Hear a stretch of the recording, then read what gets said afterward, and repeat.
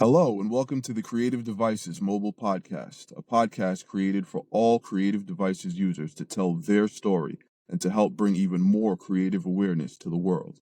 Today, we're joined with the one and only Chris from High Impact Audio. How you doing, Chris? Dude, I am doing good. How are you doing, Kagan? I am good, man. I'm happy to have another conversation with you. We had one recently at NAMM. Absolutely. Yeah, we hung out a lot at NAMM. It was great, man. It was Yeah, awesome being able to meet you for the first time and really kind of walk around NAMM with you. And also, you yeah. taught me a thing or two about Marshall tones. Marshall tones. The Marshall tones take me back, man. Everyone at some point in their time has liked Marshall amps or played a Marshall amps, and they're hit or miss. So you have to Yeah. understand how to dial in a decent tone depending on the Marshall amp you use. And Hmm. the 900 was probably a lot of people's least favorite Marshall amp, but Hmm. you could get a decent tone out of it. But I You think, know, honestly, uh-huh. I wasn't hating on the 900 at all. I mean, it felt pretty good when I was playing through it and everything. It's Yeah, just for me, obviously, I'm a little bit more high gain. right. So maybe to have a little something in front of it, whether it's an overdrive or a boost or anything, would have been absolutely amazing just to kind of tighten up the chugs and really get Mhm. enough saturation in there. Yeah. But before this last NAMM show, Mhm. I had actually never played a Marshall amplifier ever. It's Wow. kind of crazy. Isn't Wow. that wild? Yeah. That is wild. But you The know people at what? I Marshall, got I got to tell you that new 900 is definitely yeah. better than the old ones. So Okay. it's good that you got to experience that because the older ones they weren't very good. Okay. Okay. Yeah. Cool. So I started off at a good point. And it was Yeah. funny because I told the Marshall people over at Marshall stuff and everyone that I had never played a Marshall before. My God, their eyes were like as big as dinner plates. It was, they're like, Yeah. how could you not play a Marshall? How dare you, you know? I can imagine. Yeah, that's crazy. I think they have to be the most iconic amplifier company in the world. Oh, yeah. It's a household name. Yeah. Absolutely. Yeah. But hey, listen, it's a completely different time. There's still a lot of people that have never actually played a real amplifier. So, Yeah. True, true. They're in the solid state or they're in the plug-in realm or anything like that. I mean, I started out with the Spider 3 from line 6. okay. That was the start for me. And I would tell people like of course, this probably isn't the right person to tell, but I would tell Glenn Fricker from SMG that I started out on a line 6 Spider 3 and he'd go, "Of course you did," But He's a yeah, ridiculous guy. Glenn had us laughing hysterically at Nam. Like, he's so funny, Did he? man. Yeah, he's Yeah, hilarious guy. definitely. Yeah. He's a kick in the pants, man. Yeah, awesome, awesome. So, for people who don't know, tell us about yourself, who you are, what you do, where you come from, etc.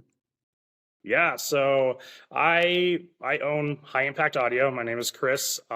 Basically, what I do with the channel is I take just all kinds of guitar gear, stuff that I've found that has really helped me out as a guitarist, as a musician, even as a recording engineer. And it's just stuff that I find really cool and kind of put it to the test. I take it on the channel, I test it out, and I see how it does and how it makes my life and quality of life a little bit better for sure, and just kind of Mhm. showcase it. Because when I first started this channel, and actually let's start before I started the channel, I would always go onto YouTube, and if I was looking at a certain piece of equipment, I would want to know, okay, what does this sound like? What do people think about this thing? And just kind of see what some of the review gurus were saying about it. And basically that just kind of led me to thinking, that would be kind of fun. I can get a piece of equipment, I can make a video for it, and I can do a totally unprocessed, uneq'd, uncompressed, track and everything just to kind of showcase the raw sounds of it and show someone really what it sounds like and hopefully help someone that maybe is looking into it but doesn't want to quite pull the trigger quite yet. Mhm. Understand. Yeah, that's awesome. Yeah. A And lot of people. Oh, and I mean, I've been kind of up and down, and in the music industry and everything. I've been in it, I've been out of it. I've done all kinds of stuff to performing with a band, doing recording engineering stuff, like I mentioned before. And also, at one point, I completely quit music, and I'm glad I came back to it. And it was pretty recent, around 2020, 2019, that I came back into music. And it's been a wild journey, man. Okay. If you don't mind me asking, why did you quit? So I was in a band called Fallen and Forgotten. We started back in 2012, and it was like my first band that I would ever be performing with.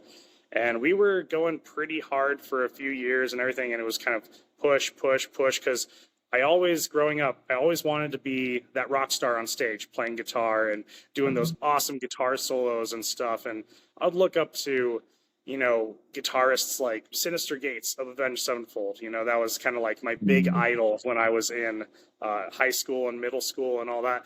So yeah, we'd be pushing, and then all of a sudden, one member would kind of drop off, or they would have some sort of issue in a certain area. I won't really get too far into that, but when you get a band together, you get all these different personalities together, and sometimes those personalities don't really mesh very well. So we were on tour, and the band completely fell apart, and it just like fell apart right in front of me, and I ended up having to get us back home from Dallas, Texas. So that was a long 11-hour drive, I will say. But it kind of shattered my hopes. It kind of shattered me as a musician, and I got home, wasn't very positive about the whole thing. I had been doing music my entire life, and watching everything that I worked on the last few years, everything that I had put my whole life's effort into with guitar and composition and recording, fall apart in front of you. It's kind of a disheartening thing. So I ended up floundering a bit, and my mom was in cosmetology. She owned a shop down in the area where we lived, and I ended up actually taking up hair. And for those of you that actually don't know, in my off time when I'm not doing YouTube, I'm a hairdresser and a barber. So I do that. Yeah, I've been everywhere, man. So I went through all the schooling for that. And once I got out of there, my old drummer and my best friend, who you met, Jared, at NAMM, he messaged me. He said, dude, do you want to make a studio album? Do you want to write some music together? And it's like, of course, I'm not going to say no to that. Absolutely. I still, once a musician, always a musician type of thing. And I like to say he drugged me back kicking and screaming, but really I went back willingly and just really hit the music scene hot and heavy. Awesome, man. That's Yeah. crazy. It actually kind of reminds me of my situation. So as you know, I play guitar, and I was in a few different bands back in the day. The last band I was in, we were on our way, but dealing with people can be difficult sometimes. Some people, I don't want to get into too many details because I don't want to make anyone seem, any certain way. Well, let's just say it didn't work. And like you, I found myself in situations where I had to leave and make my way. And I don't know, I was bummed out about it for a few years, like yourself. And people kept bugging me, do something, don't give up, make a solo album, make a solo album. And I was like, I don't really want to make a solo album. I wanted to work with musicians. All I wanted to do was play guitar. I just want to play guitar. I want to have a drummer do his part, have a singer do his part. And it got to the point where I couldn't find anyone, and I had to end up actually making a solo album.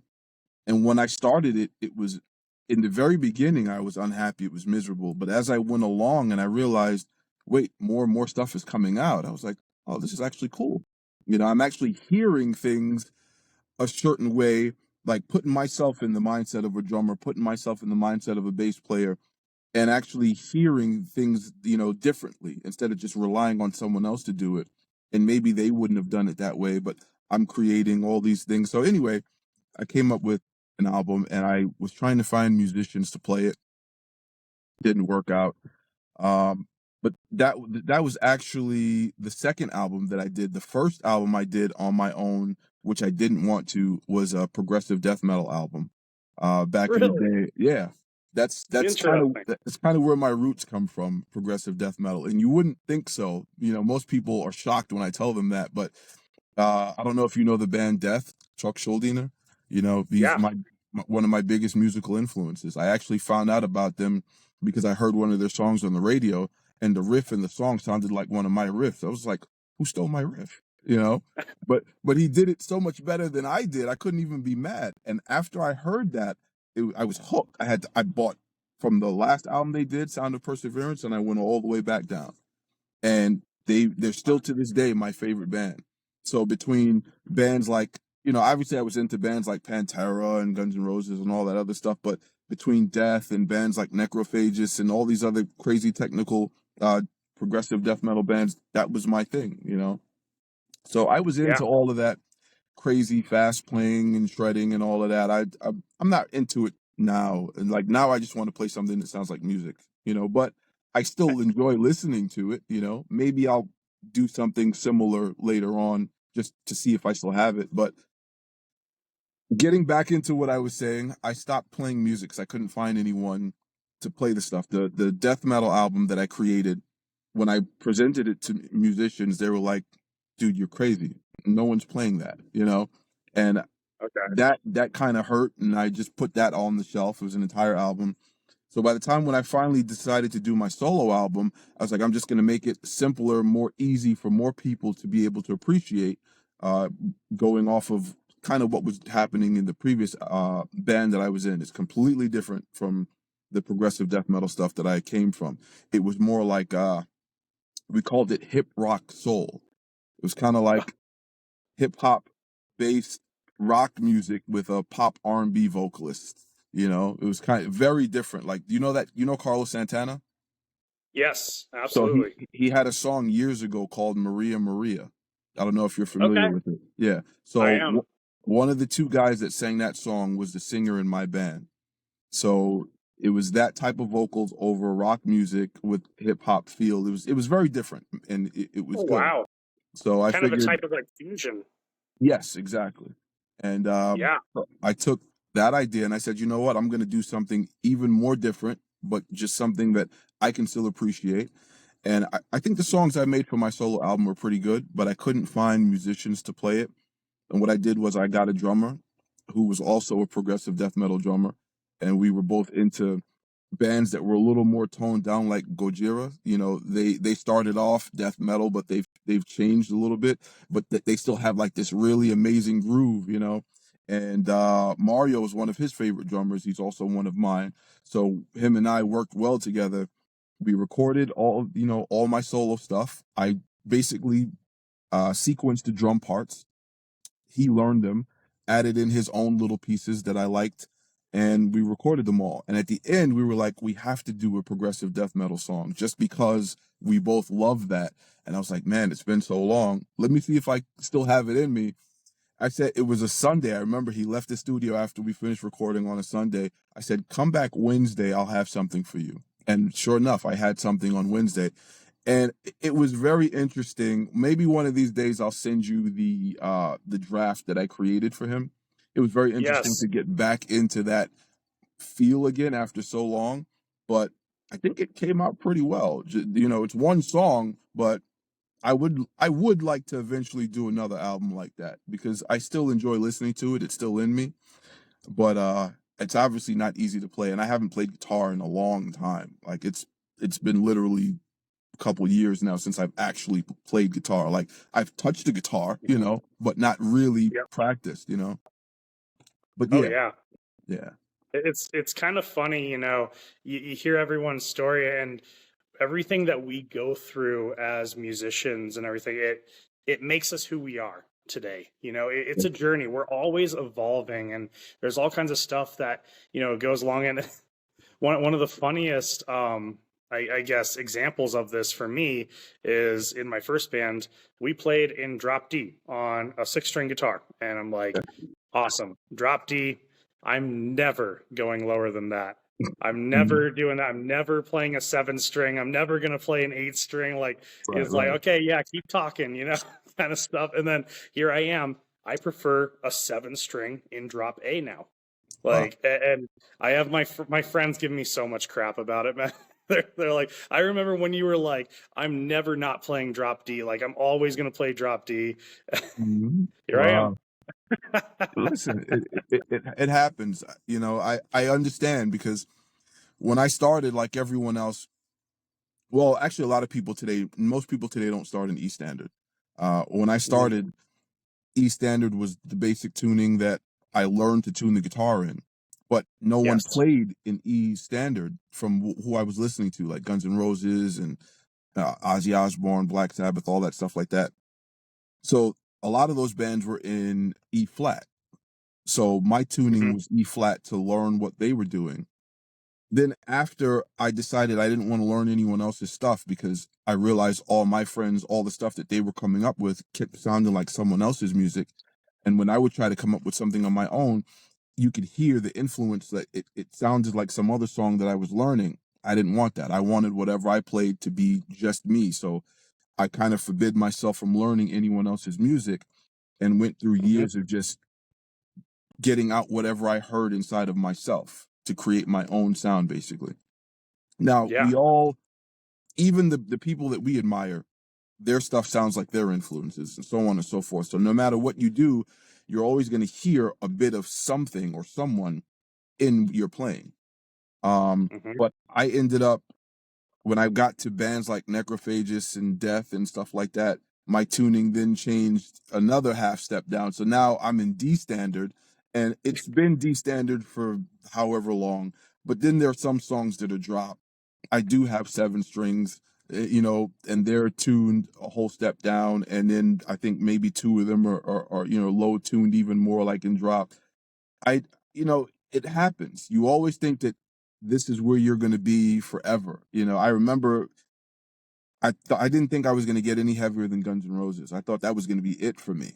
But here I am talking about Death and Necrophagist and listening to bands like Fallujah and stuff like that. Just you never know where you're going to go. Fallujah is actually a band that I came across fairly recently, within the last few years, and I was just like, Okay. who is this? Like, this is good stuff. You know? Yeah. Yeah, Yeah. I can't say I've ever heard of them. I'll have to check them out at some point and see yeah. what you like so much about them. Yeah. It's That's it. very it's very melodic. I like melodic, musical, progressive death metal stuff. You know? Mhm. Yeah. Oh yeah, I mean, when you come across a song, so in the local scene in my area where my band is playing and everything, and there's bands that they're just heavy to be heavy.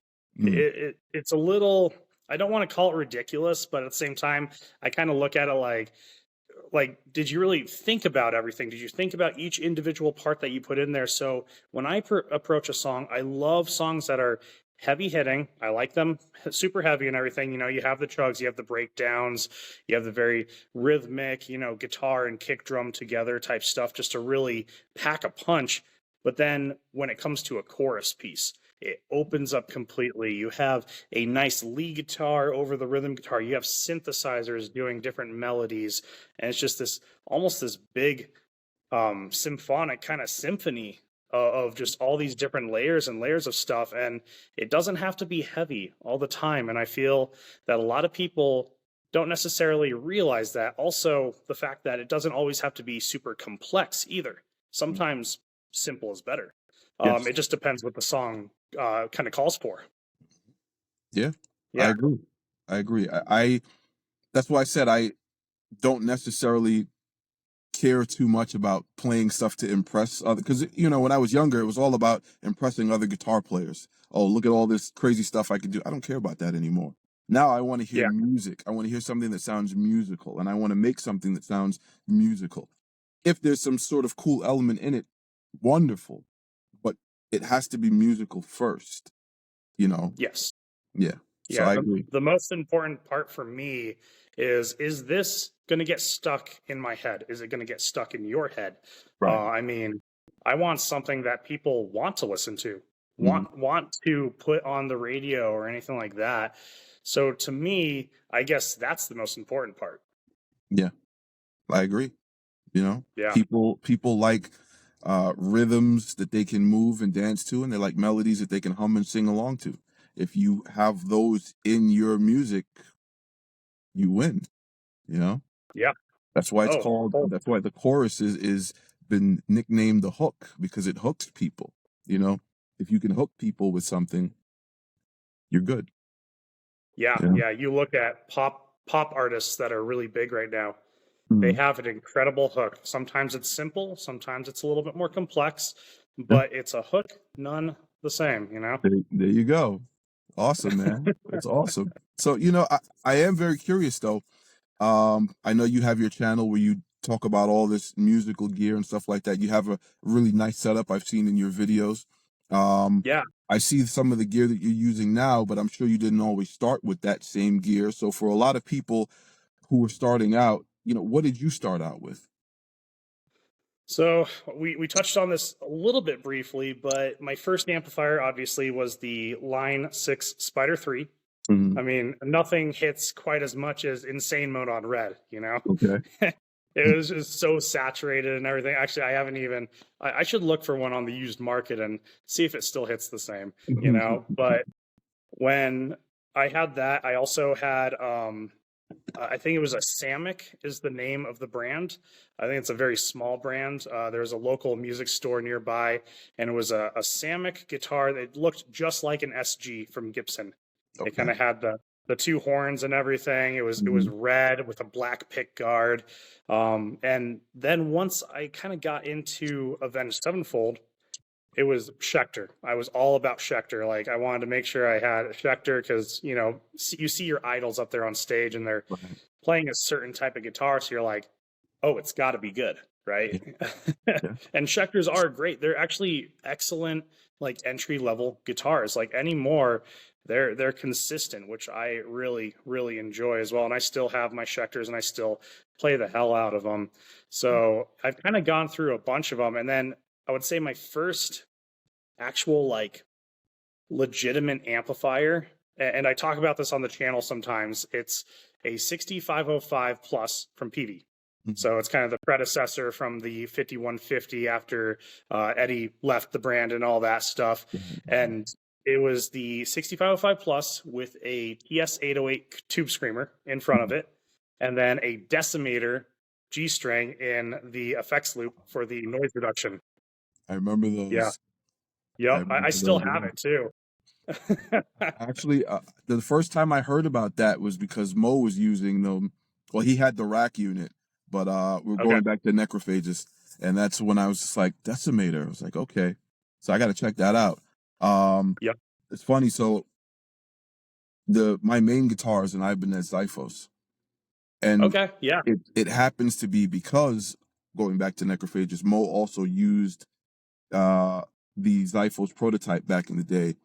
And when I saw that thing, and the guitar I had before that was a Jackson Kelly, and when I saw him play that, I was just like, "What in the world is that?" And luckily, one of my friends knew his girlfriend at the time, so when they would come to New York to play, we'd go see them. And I'm like, "What is that guitar?" The first time I'm seeing him, like, "What is that guitar?" It says Ibanez, but Ibanez doesn't make anything like this. He was like, "Oh yeah, it's a prototype, whatever, whatever." He said, "You want to play it?" It's like, "Of course." So he let me try the thing out, and I'm like, "This is what I've been searching for my whole life," I felt, Interesting. because it's like my first guitar was a Les Paul, like, because Slash played Les Pauls. He was the reason why I started playing guitar. I liked Hendrix, I liked Malmsteen, I liked Eric Clapton, all these guys that played Strats, Stevie Ray Vaughan, I liked them. But whenever I tried to play a Strat, it just never felt right. I didn't like the feel, I didn't like the look, I didn't like the sound of single coils. A Les Paul through a Marshall was my thing at the time. I got Mhm. further into more stuff like Steve Vai and Marty Friedman. I was into Megadeth, and I got the Jackson Kelly. I wanted 24 frets and a Floyd Rose, but I didn't want the Jim because I didn't like that standard Strat body style. So that's what the Yep. Kelly caught my attention. I always wanted something like a Kelly Star, and when I got into Pantera, Dimebag with his big X-shaped guitar, that was awesome. But I didn't want to play someone's signature guitar. and I Oh yeah. didn't, and I Yeah. wanted something that was more pointy, you know.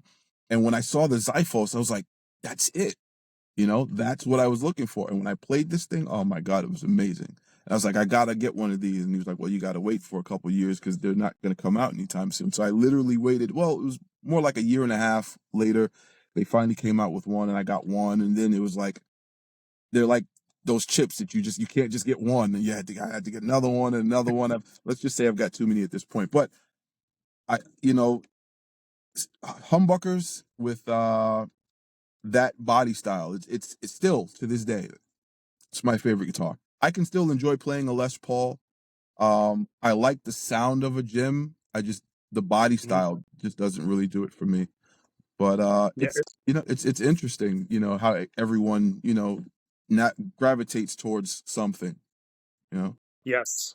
Well, for me with the 6505 plus and everything, that was the so with my first band, it was the producer that did our first record. And I remember him being on the phone and we were discussing how the record's going to go and how many songs and all, the stuff that goes along with it.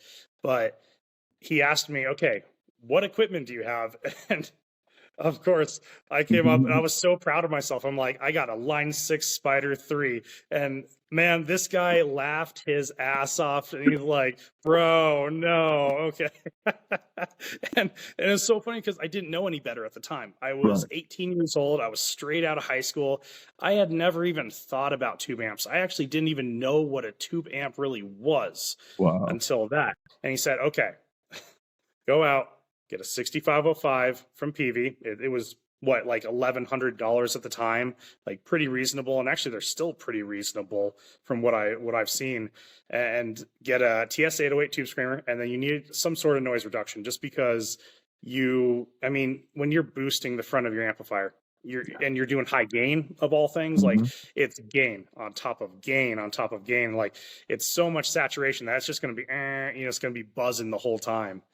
So Hmm. you got to have the noise reduction in there. And that's really what started kind of my mentality of music equipment, where it's like, I always need a boost and I always need a noise gate, I feel, on anything I play.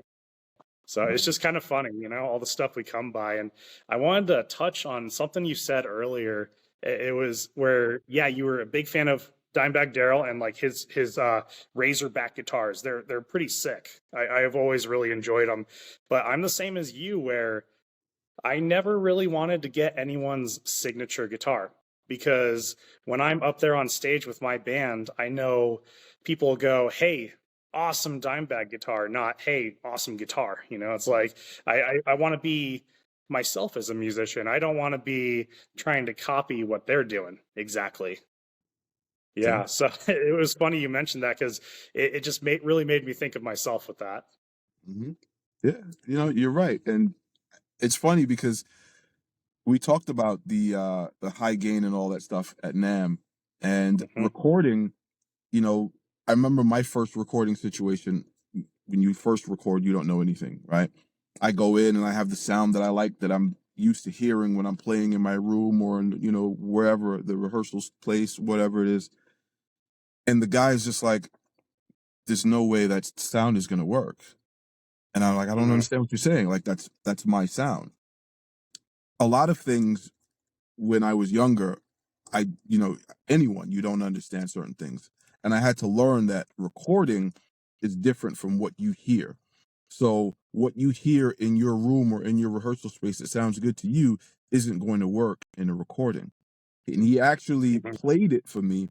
We recorded what I felt was my sound at the time with everything else. Then he changed the settings. I recorded it again and he played it back for me to hear the difference. And I was just like, okay, I understand now. And sometimes it's hard to accept, you know. It was hard for me to accept it. I was a little upset, but I couldn't deny it by listening to it, you know. When you're recording with Hmm. a lot of gain, and back then, you know, it was just, I thought crank it all the way up, you know, it's just where it sounds the best. When you record with that much gain, there's no intelligibility at all. You know, it's a big mess. But when you Yeah. record with lower gain, especially if you have more than one guitar, if you're layering guitars on top of each other and there's too much gain on all of them, it's just going to be a big mess. You turn the gain down to where you can actually hear the notes, and then you layer the guitars. It, the intelligibility is there. It makes sense. And it's difficult. It took me a while to get used to that. But once I got used to playing with less gain, it's almost impossible for me now to turn the gain back up. And I realized when I tried it with more gain, it's easier to play, but it just doesn't sound as in the intelligibility is not there. And for me Yeah. now, it's like I care more about that now than how easy it is to play. And it's weird, but that's just me. But there are a lot of other guitar players that I talk to that feel the same way. But listen, I love high gain sounds too, Hmm. and again, depending like a 50, 150 or 6505 plus, the way that amp is just so flubby, you kind of have to Hmm. boost it to make it tight, and it is a Oh yeah. kick-ass sound. Um, but that's a completely different thing. I think it all depends on the sound you're going for. A lot of great records have been made with that sound. A Oh lot of yeah. great You records. you'll hear that all over the place, man. I mean, it's the Brown sound essentially. I mean, it's the sound that a lot of like modelers have come out with, and you have these pedals that come out, and I feel like sometimes you look at them and they're all kind of achieving that sound. It's a boosted 5150. Yeah, yeah. Yeah, it's just kind of funny. That is probably the main recorded heavy guitar sound. Hmm. Yeah, yeah. Definitely. Well, now we know about your guitars and your amps and stuff. You have a lot of nice recording gear in your space. So, what did you Yes. start with recording? So with recording, I actually haven't ventured too far from what I started with, and actually, maybe I actually have now that I think about it. So I, I was in middle school at the time, Mm, and my sister's boyfriend at the time was going to be husband and everything, and he was kind of into some recording. I just kind of had a stock computer that my parents bought me and all that stuff, and he got me one of the original copies of Cubase. It was like maybe mid 2000s to early 2000s, something around there. And, uh, you know, I will say that was probably my first attempt at recording. I had no mm, idea what I was doing. I would okay. go in there, and everything was like gray and white. It wasn't pretty like a lot of the DAWs that we have nowadays, where it's Mm, like a lot of colors and color coding and stuff. And I just remember recording a few little things. I had a like kind of a crappy microphone that I bought at the local music store. I don't even remember the brand name. I don't even know if it had a brand name, to be completely honest. But I put it in front of my Spider 3 and recorded a few way overly gained out things. We were talking about too much gain, and yes, I mm, did the exact same.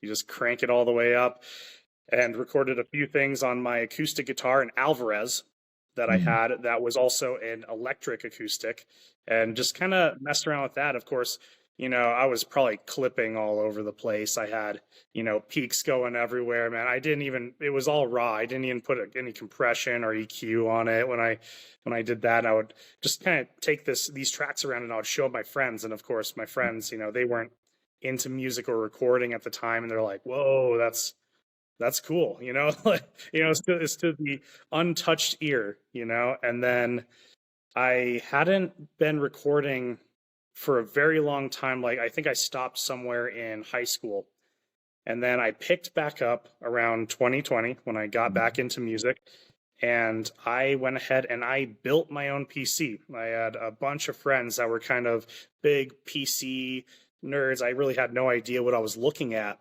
with the PC. So I said, okay, I need some help. I want to build a monster machine for like $1,000 at the time, or as monster as I could get. And they told me all the parts to go out and get. We went to newegg.com and just kind of I bought them pizza, and they just came over and helped me build it, and actually helped me. really understand a lot more of what goes into the computer, what everything is. If I'm looking at something, I know what it is. So it was kind of a custom PC that I built, and I still use it for like my gaming and my other gaming channel and all that stuff. And it does great. But as far as like audio interface, I started out with a Scarlett 2i2, and now I'm just rocking the 18i20 from Scarlett. You know, the 2i2 did so good for me that I just kind of stuck with the brand. I knew the brand, I knew what to expect when I plug it in, and I haven't had any issues with it. The 48 volt or the phantom power works just fine for me. I really get no latency. I have the sample rate and everything set just kind of fine tuned and perfectly that I don't know if I need anything fancier right now. Yeah. So that's kind of what I'm running at the moment versus what I was running back then. And I think way back in the middle school days when I was on the old Cubase, I think I had a Behringer, like a small little audio interface, kind of like a box or whatever. And I just had no idea what I was doing at the time, man. I was just struggling along, you know? Listen, no, none of us had any idea what we were doing when we started. Like everyone has to start somewhere, you know. It's the nature of it, you know. And we create these things that sound horrible to us now, but we were just so happy to be able to create something. Like, oh my God, I recorded something. Listen to this, you know. Yeah, man. I was proud. I was very proud, man. Yeah, of course. And then now I'm actually stuck in between two different worlds at the moment, and I can use one or the other as far as my DAW goes. Mm. But Ableton, I use Ableton a lot. I used it for the first part of this channel, High Impact Audio. I used it for the first several years, and now I'm slowly kind of working my way into Pro Tools, and I'll still use Ableton to this day because, I mean, the MIDI programming is so good on it. Mm. I really like how that's set up. But for Pro Tools, I'll use that for like my super serious stuff if I'm recording my band to be sent out to a mixer or anything like that. So I'm kind of bouncing between Pro Tools and Ableton at the moment. Okay. I am curious though, what got you into Pro Tools? Well, as my band, my current band, Purge the Heretics, would go to a recording studio, it was always on Pro Tools. Mm. Everything I would see would be on Pro Tools. So I figured if I'm to be in my band and look at a DAW that they're looking at and be able Mm. to understand it a little bit better, so I know we're not, you know, there we know what we're looking at the same time. I figured I'll learn Pro Tools. That's kind of my reasoning behind it, and that's kind of what got me into it. I know a lot of people, you know, either you love Pro Tools or you hate Pro Tools. I find whenever I talk to people, you know, everyone has something to say about it for sure. And I've had a lot of people tell me about Pro Tools always crashing, but I'm going to be completely honest. I actually haven't had any issues with Pro Tools crashing at all. Okay. I mean, I don't Yeah. use it, so I can't say whether it crashes or not. Mhm. I'm always curious to find out what makes someone choose a particular DAW. And so now my next question would be, why did you go to Ableton from Cubase? Ah, it was such a long gap in between when I did Cubase and when I did Ableton Mhm. that Ableton was so far forward, and I felt like a lot of my friends were using Ableton and they would always recommend it. So I kind of just gravitated that way. It was just kind of a organic process, to be completely honest. I was just kind of going from one thing to the other on whatever is a little bit, I guess, presented to me. The carrot was presented, you know? Okay. Well, I think that's how a lot of people end up using certain things. People recommend it to them. Um, just like you, I started with a Focusrite 2i4, I believe it was. And Okay. I ended up getting an 18i20, just like you did. When I wanted to track drums, I had a 18i20 with an Octapre, you know. Ah, okay. And so yeah, I still have Focusrite interfaces that I use if I want to just do something real quick, put an idea down. I'll use one of my Focusrite interfaces. Um, After that, the only thing I upgraded to was an Antelope. I have an Antelope Orion 32, I believe it is. Yeah. So, but Okay, so with the Antelope stuff, um, I know it probably does quite a bit more. I've never really like looked into it, but I've looked at it from time to time, and it always seems like kind of the fancier side of audio interfaces. uh, I would say that if you're not running a recording studio, you probably don't need something like that. The only reason I Hmm. bought it was because I used to own a recording studio and I wanted to record 32 channels simultaneously at higher sample rates. So Yeah, everything I do is at studio standard 24-bit 96K, but I've had certain requests for 192, and my Focusrites couldn't do 192 with that many channels, right? So I yeah, had to go to the Antelope to be able to do that. So I have, well, in my studio, I had 32 different Focusrite preamps. They're sitting in storage now, but that's another story. But I would run those into the Antelope, and I could track at any sample rate. So if I had some crazy client that wanted 192 recordings, I could do it. But everything else was basically 2496. But if okay, if you're not doing anything crazy like that, you really don't need to buy something that expensive. It sounds oh great. yeah. Don't get me wrong. The sound is phenomenal, but you can still get a good sound out of your Focusrite. Yo, yeah, no, definitely. I'm definitely not planning anytime soon to go into the Antelope stuff. And it's funny, running a recording studio. I for a while there, when I first started High Impact Audio, I had actually played with the idea of having High Impact Audio also become a studio. Just to Okay. kind of help pay a little bit extra bills and stuff like that. Because I love doing hair, but I really love doing music even more. I mean, music is really where my heart's at. Once a musician, always a musician kind of thing. Yeah. But yeah, that's interesting about the running that many simultaneous, ins and outs and stuff with the Antelope versus the Scarlet, because Yeah. that makes complete sense. The other major benefit to that, buying one of those units, if you're mixing and mastering, you have a lot more headroom in your output latency. So Okay. when you're recording, you want the lowest amount of latency possible. When Hmm. you're mixing or mastering, you want the highest amount of latency possible. Yep. So I think standard consumer devices today limit your output at 1024, I believe it is, something like that. I don't think you can Yeah. go higher than that in a standard. So that's not a lot of headroom to do any serious mixing. You're going to have to end up buying something with some built-in DSP to help take some of the load off your processor, or buy something really expensive that will allow you to go to 2048 or 4096 or whatever it is to get more output. So that's really between the channel count and the higher output latency. Those are the reasons why I bought something like that.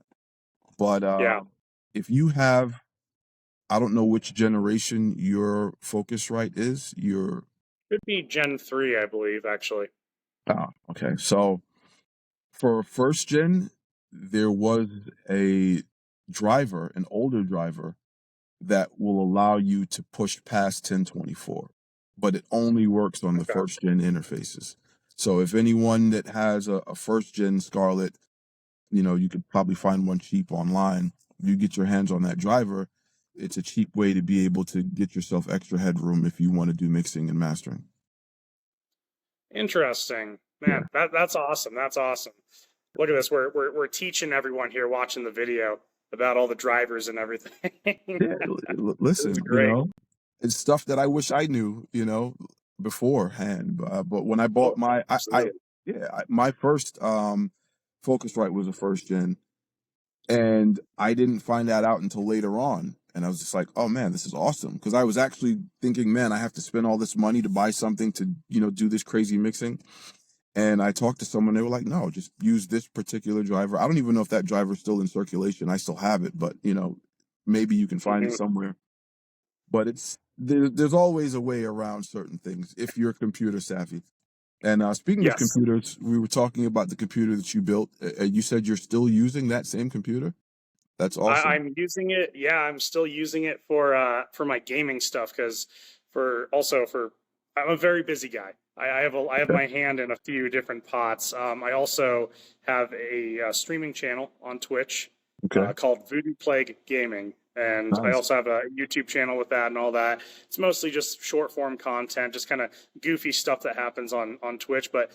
Yeah, I use that other computer for that side of everything because it has a better GPU that I can use for the gaming side of it and the Okay. OBS and all that different stuff. So I'm happy that I still have a use for it. And Nice. right now, your guys' G16 that you gave me is totally running the front line of high impact audio, if you will. It's like it's recording the audio, it's doing the mixing, it's doing the video editing, stuff like that. And Mhm. it's great just having that G16 there with me because also, I mean, this might go into something you were curious about, but I mean, the G16 has made my life a lot more mobile when I'm editing, when I'm doing all that different stuff as well. So it's kind of cool having different workstations for different things, you know? Nice, nice. Well, I am curious though. What's it like going from that custom built gaming rig to using our laptop?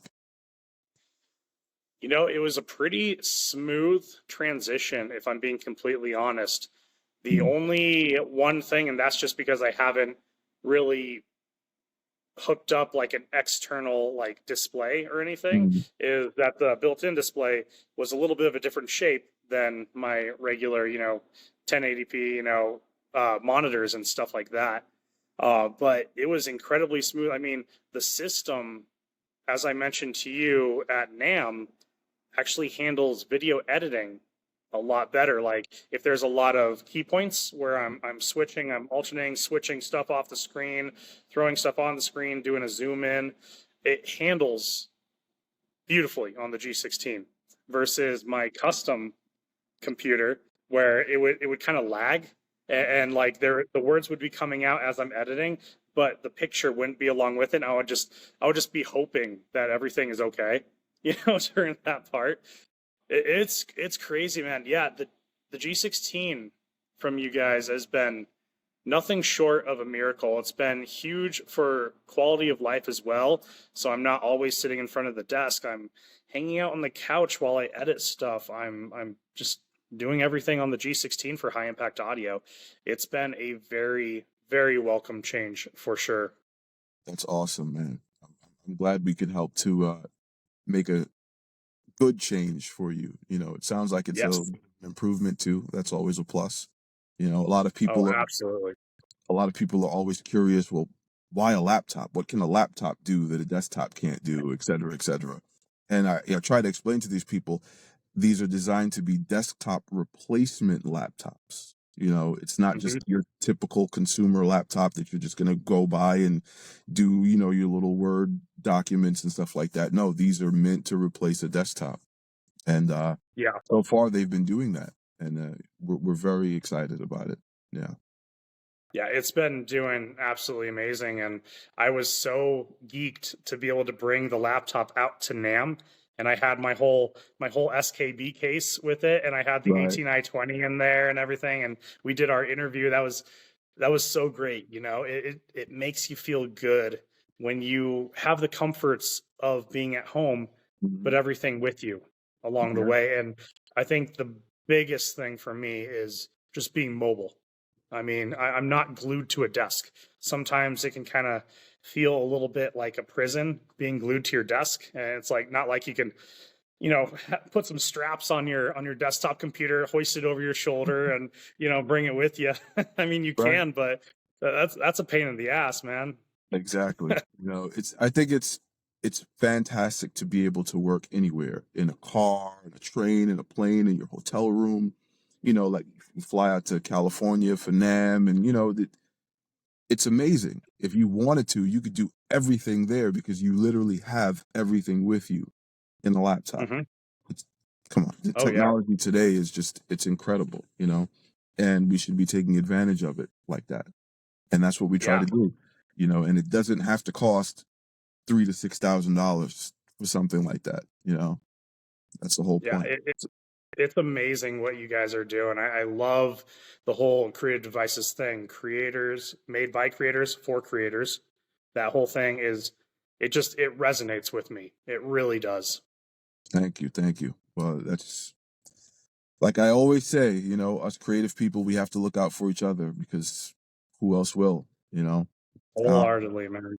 And I remember when I started out, I wished there was something like this, you know?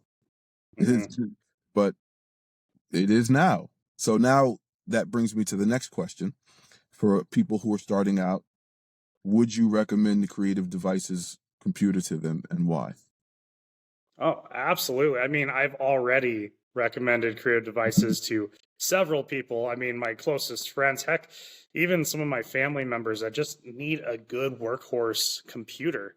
And I Mhm. mean, the big thing for me is that it's a workhorse computer. It's meant to replace your desktop computer, and it's in this small, compact package, and you can take it anywhere with you. Like I was saying before, it handled video editing and key points and everything so much better than even my desktop did. And it's so small and compact. Like, that's the biggest thing for me. It's portable, and it outdid a custom computer that I made. Wow. That's great, man. It's fantastic. Hmm. Love it.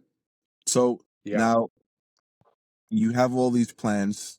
I know you have things in the works. Yep. I am curious, what makes you want to do all of these things, you know, from the music to the high impact audio and the hair and everything?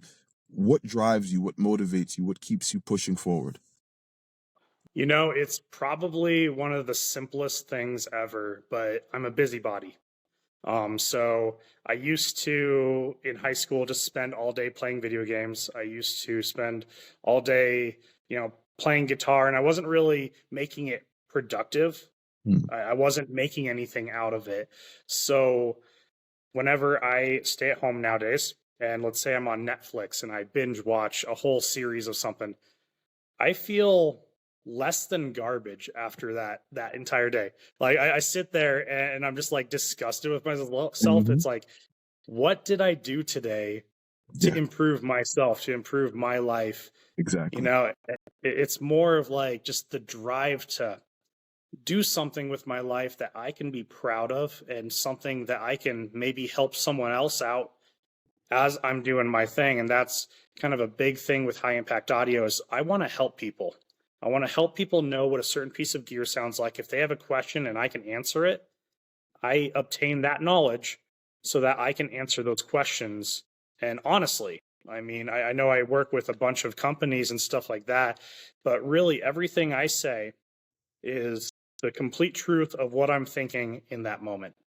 Mm. It's like, is something good? Is something bad? Here are the pros and cons of it.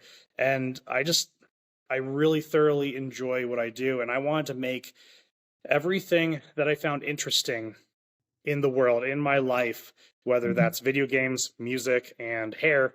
And I wanted to just make it productive. I wanted to make something of it. That's awesome, So, man. yeah. Yeah. Well, where can we find more information about you and everything that you do and will do in the future? So you can find all the high impact audio stuff out on Instagram, on Facebook, on I even think I have a Twitter though, or X now, but I Mhm. don't really hang out on there. So you can find me on there. So, but I wouldn't. There's not really anything going on. But the biggest thing is find me on YouTube. That's my main platform, and it's high impact audio. And impact has a K instead of a C because you got to be Awesome. a little different, right? You got to be creative. Got to be Yeah, creative. You got it, man. exactly. Yeah. Exactly. Yeah. That's why it's funny because people ask me all the time, why does creative have a K instead of a C? Because you got to be creative. Yeah. I might take that. I might take that, man, Go and use for it, that man. when I'm Go talking for to it. people. Well, and Yeah. it was funny because I was out in Germany last year and I was hanging out with the people from Sennheiser, and Mm-hmm. their new 421 compact. Mm-hmm. I was kind of taking a look at it, and it was a K instead of a C for Mm-hmm. compact. And it was funny because I think some of the people were like, "Oh, great minds think alike." You know, they're Right. like, "Oh, that's cool. He has a K instead of a C as well." Like Mm-hmm. it was just kind of a cool bonding moment, you know? Yeah. It's awesome. Listen, creative people, creative minds, that's what it's all about. Yes. You got to Oh, be different. absolutely. Yeah.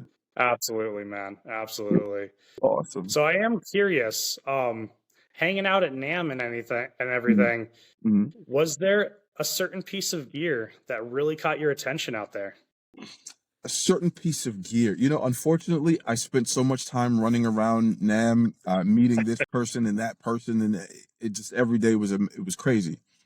I Yeah. didn't really get to enjoy it as a guitar player, and it Hmm. kind of hurt. So next year, I want to try to make sure I set some time aside to do that.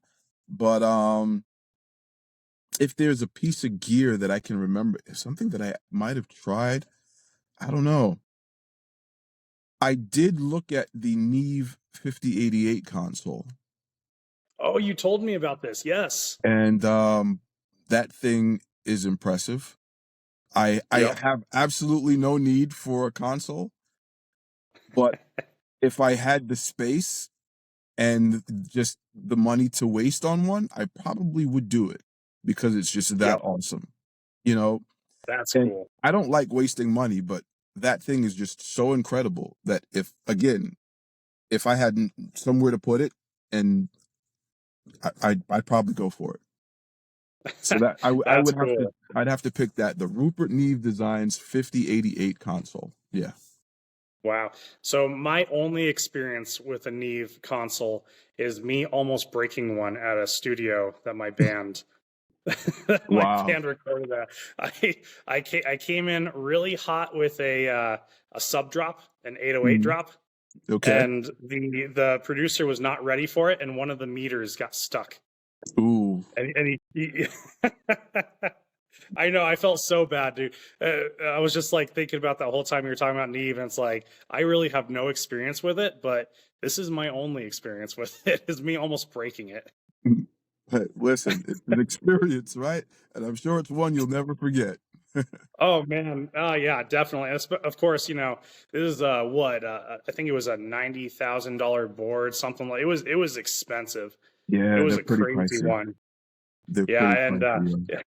yeah, I just remember seeing the needle go boom, and then all of a sudden you see him start tapping at the meter. It Mm. wasn't moving, so we had to actually like kind of get in there and figure it out. But it ended up getting fixed in the end. But man, was I sweating bullets?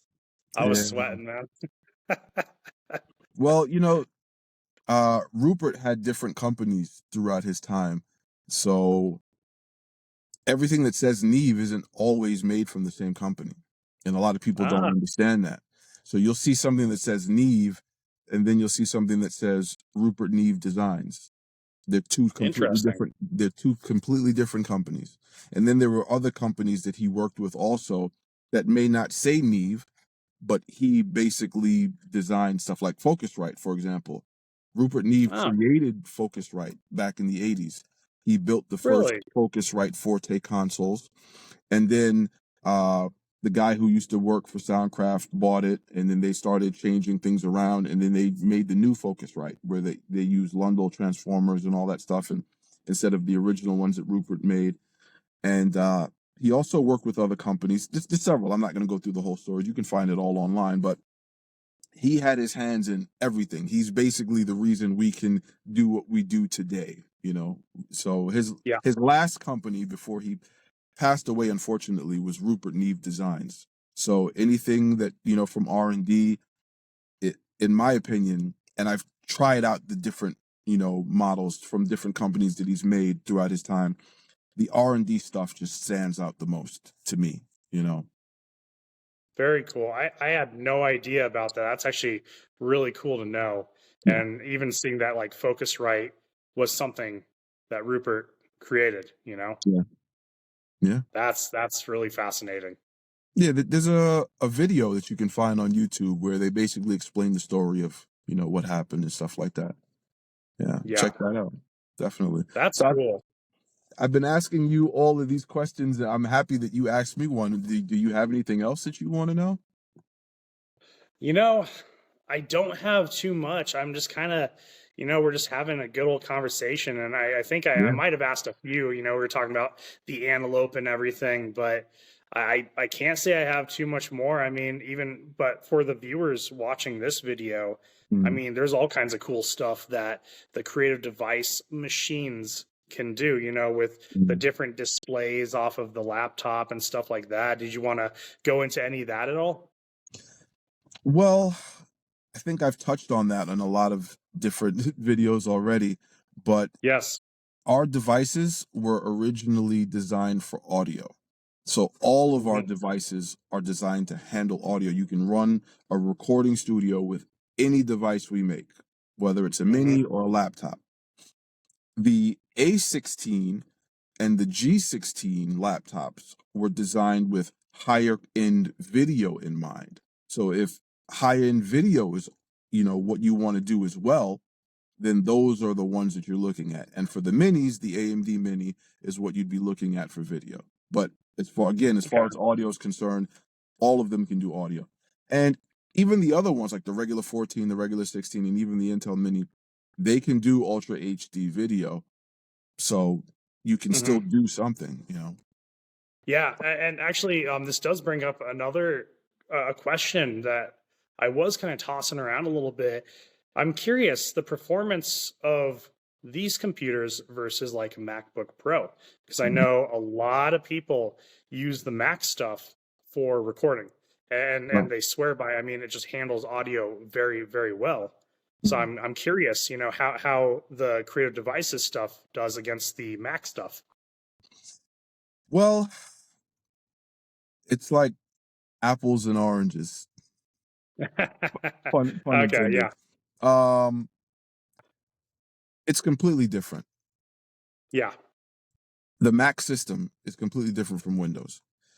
Mac is Mhm. good if you like, how do I say this? I think Mac is great for people who just want something that's simple and easy. Not that Windows isn't Mhm. simple and easy. Actually, I prefer Windows because, in my opinion, it's simpler and easier to use than Mac.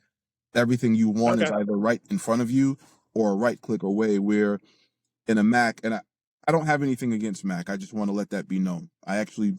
have a MacBook at home. Well, I haven't turned it on in a while. It's literally like an expensive paperweight, but I've used it, right? So I'm just giving from my own experience. You have Mhm. to go through too many options to do certain things that take less time to do in Windows. And there are a lot of Okay. limitations in the Mac operating system that you don't have in Windows. The same thing with an iPhone versus an Android. There are too many limitations that you have in any Apple product that you don't have in a non-Apple product. So, for example, on my phone, we're having this conversation. Anyone can do that. I can take my phone, I can look up something, I can download files, whether it's uh, video, audio programs. I can download all of them while I'm out on the go, and then transfer them to my computer later on. And a lot of those programs and stuff that you would have to use are not available on any Apple Mhm. product. I can completely Okay. customize everything in my phone and on my computer for me the way I want it. You can't do that with Apple products, you That's know? true. That's a And good point, actually.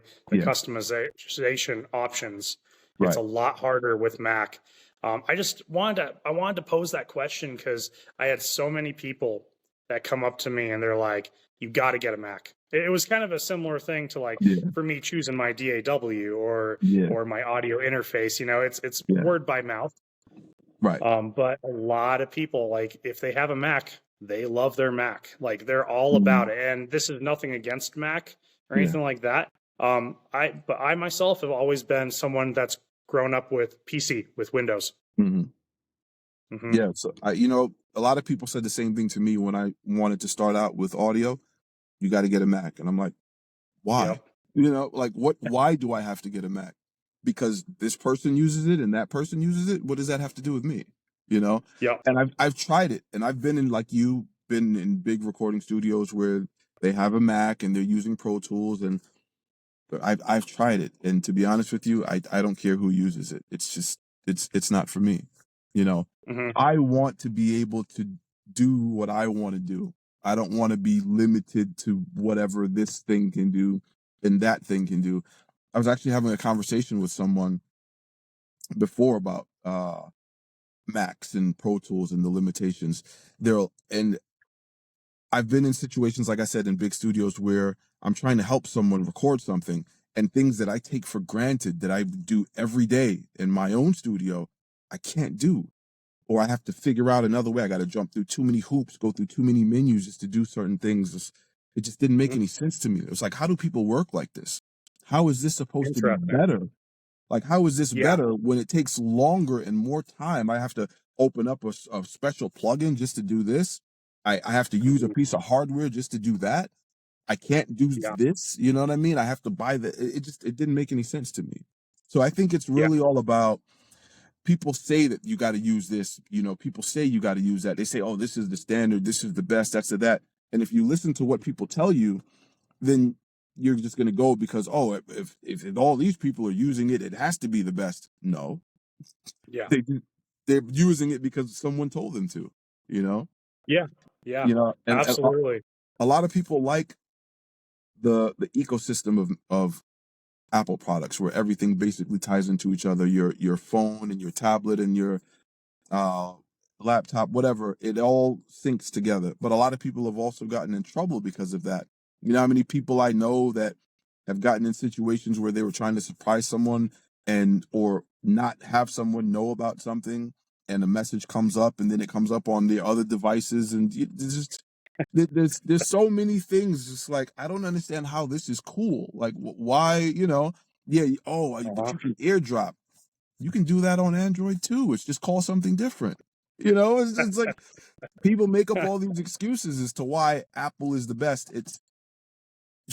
Honestly, in my opinion, the people who want an Apple product, it's for them, it's about a level of status. It's like having a Ah. Mercedes emblem on your vehicle. Oh, I have a Mhm. Mercedes.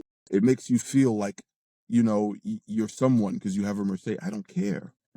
I don't need a Yeah. Yeah. Mercedes. You know what I mean? I care about, can this do what I need it to do? Yeah. That's what I care about. Can this do what I need it to do? If I'm spending this much money on it, why am I spending this much money on it?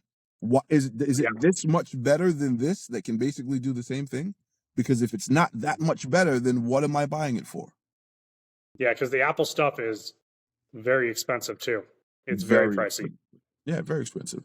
And Yeah. getting back to your question about how our devices stack up, I'm Hmm. not going to say anything bad about anybody's devices. Everyone makes Yep. good devices. Let's just leave it at that. Everyone makes good devices. Yep. If you look at the That's processors we use and you compare the stats, and some of them we have on our website, you can see where some of their processors are versus the processors we use. I'll leave it at that. You have to decide if it's worth the extra money you're paying, because some of these devices yeah. are more than twice the price of ours. Yes. More than twice the price. Oh yeah. Absolutely. So you have to make that decision. I'm not going to tell anybody, don't buy this or buy that. You have to make that choice. If you Oh yeah. like, Yeah. yeah, I tell people all the time, if you just want something that says Apple on it, go get it. Hmm. If you want something that's different than just something that has an Apple on it, I'm going to try to say it as nicely as I can. Check out what we have. You know, Yeah. that's all. Yeah. Yeah. No, that's fine. I didn't mean to open up a whole can of worms. No, no, no. but Yeah, no can of yeah, worms. it's funny because you know, I'm always approached and people are always like, you have to get Apple. Same thing that you experience. It's the Yeah, exact same thing. It's really interesting. The whole, there's like a stigma with it. It's a whole thing. yeah, It's really interesting. yeah. But again, you have to remember these are the same people who would rather sit and binge watch several episodes on Netflix instead of being productive and improving themselves. You got it. You got it, man. I am curious also. So being an avid gamer like myself, Mhm. that sometimes plays some of those higher end games and stuff like that. I know you mentioned at one point that you started out, Creative Devices, and it was always like gaming computers that you would come in. It was stuff with like these high end, GPUs and stuff like that. Mhm. Would Creative Devices ever be possibly thinking about stuff for like the gaming content creators out there? I think the gaming market is so oversaturated, Hmm. it wouldn't make sense. And if we were to do that, we wouldn't be able to do it at reasonable prices because the Okay. high-end GPUs are so ridiculously expensive. You'd literally be paying the majority of that price would be for the GPU alone. And for video, you do not need that quality GPU. For gaming, the only reason it's recommended, if you want to play whatever the latest, most impressive, visually impressive game is on the highest specs, then you're going to use one of those. If you're playing other games, you don't even need those. Like I play Yeah. games now on my G16 or my AMD Mini with no problems. But I'm not Cool. playing the most visually demanding, highest end newest game. You know what I mean? But the games I'm playing, Yeah. they still look really good, and the Yep. graphics are amazing, and it plays. Just like with video editing, 3D rendering. If our graphics can handle those, the NVIDIA graphics and the AMD graphics, if they can handle those, that's pretty much all you need. Otherwise, you can go spend $2,000 on whatever the latest GPU is. When I saw the price of that latest high end GPU, I was like, "What? $2,000 for a graphics card?" Oh, it's crazy. It's ridiculous, man. It really is. And even so, even with the mini PCs, would they be able to handle similar games to what you're doing on your G16? So the graphics that I was talking about, the gaming, we gamed on the AMD Mini and we gamed on the Okay. G16, and they both Ah, handled the games no problem. So I would beautiful. say the 780M graphics in our AMD Mini and the A16 laptop would probably be equivalent to a 2000 series RTX graphics card. Mhm. And you have a 3000 series in yours, and we have 4000 series in our newer ones. But the 2000 series were great. I had it in my old laptop, and I was editing full 4K video and doing 3D renders in it, and it worked. You know what I mean? So Mhm. that's the reason why you can still game on the AMD Mini because it works. And you can Yeah. game on a G16, whether it's a 3000 series or 4000 series graphics. It works. Yeah. Yeah, that's great. That's awesome. I know my wife is a bit of a gamer as well, and she doesn't play those super demanding games or anything like that, but she has the AMD mini PC and Yeah. everything. And I was partially asking also for her as well, to see, Okay. if I can get something on her PC that because I mean I loved the G16 so much. I had to go out and I had to buy her that mini PC and man, Thank you. she loves that thing. She really loves that thing. Thank you. Thank you. Yeah. The only thing I would say is make sure you update the graphics for the AMD. Once you do that, Yep. you can. I don't know if Windows Update will have it. They should. If not, just go to AMD and download and install it yourself. Once you have that done, you'll be able to do it. I've played games on Mac settings. There is the new. I was really into Soul Reaver 2 and that whole Soul Okay. Reaver series back in the day. So Yeah. they remastered the second and third game, and I Yep. downloaded those, and I've been playing them on Mac settings, and it's flawless on the AMD Mini, flawless on Mac settings. So That's great. if a remastered game that was just released in December that, that was a couple months ago. So if a newly remastered game with up-to-date graphics can run flawlessly on that, I think you're good to go. That's beautiful, man. Yeah. I love it. Love what you guys are doing, man. Thank you. Appreciate it. Man, listen, I really appreciate you taking the time to have this conversation with me today. I got to learn a lot about you. It's really cool. I'm looking forward to our next conversation. Is there anything else you want to say before we wrap this up? I just want to say thank you so much for having me on your podcast, man. It is always a pleasure talking with you. And you mentioned you're going to be at NAMM next year. So I will definitely be there as well. We'll definitely have to get together, shoot the shit again, man. And thank you to everyone watching this video. I hope you guys enjoyed me and Kagan going back and forth on just geeking out over different things. Absolutely, man. Absolutely. Looking forward to seeing you again. Everyone follow Chris at High Impact Audio. All right. Thanks, man. We'll talk soon. Thank you. All right. Later.